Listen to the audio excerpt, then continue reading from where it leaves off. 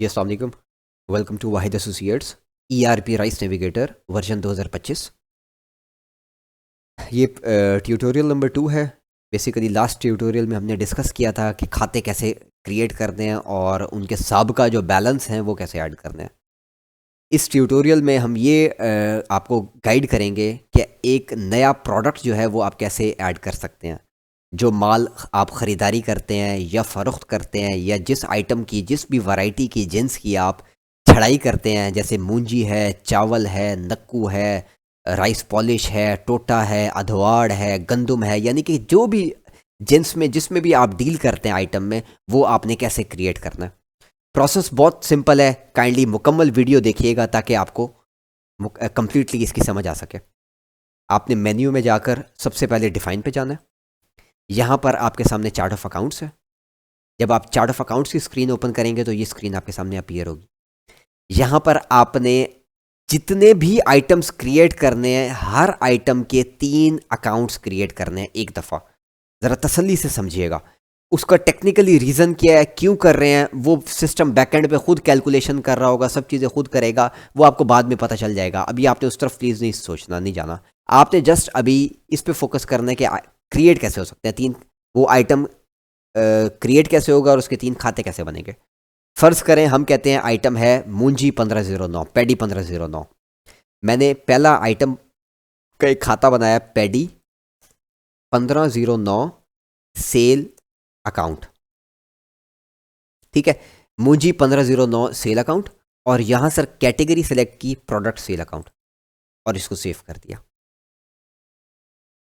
दूसरा मैंने दोबारा मूंजी 1509 का ही बनाया, बट यहाँ पर पिछली दफ़ा सेल की जगह अब लिखा स्टॉक अकाउंट।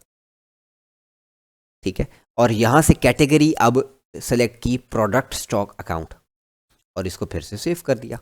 2 खाते बन गए, मूंजी paddy 1509 sale account, paddy 1509 stock account.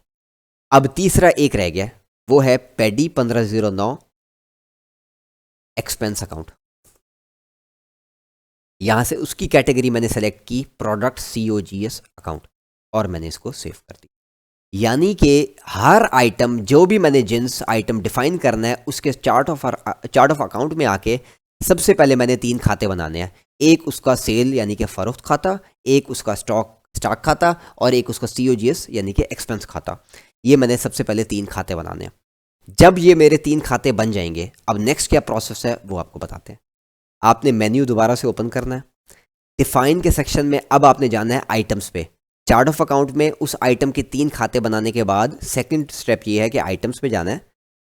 यहाँ पर आपने कोई सा भी कोड दे देना है उस आइटम को। जैसे मैं इसको कोड दे देता हूँ जी, फ़र्ज़ करें 98। ठीक है, आइटम का वो कह रहा नाम क्या है, मैंने कहा नाम है जी पैडी 1509।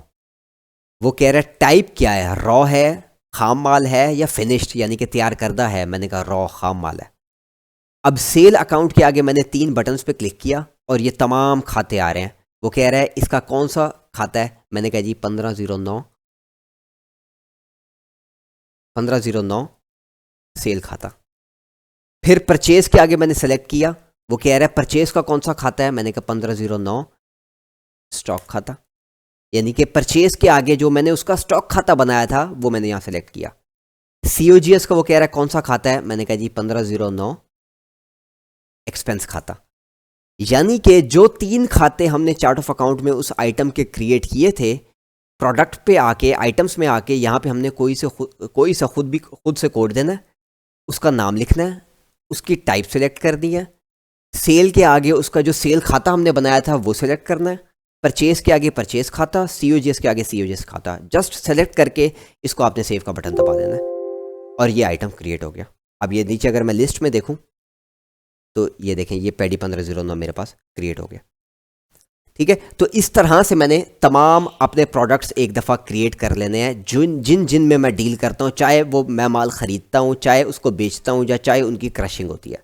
ठीक है, ये हमारा प्रोसेस था प्रोडक्ट और आइटम्स को डिफ़ाइन करने का। ठीक है, इसी के साथ अपना ख्याल रखें। नेक्स्ट वीडियो में मिलते हैं। अल्लाह हाफ़िज़।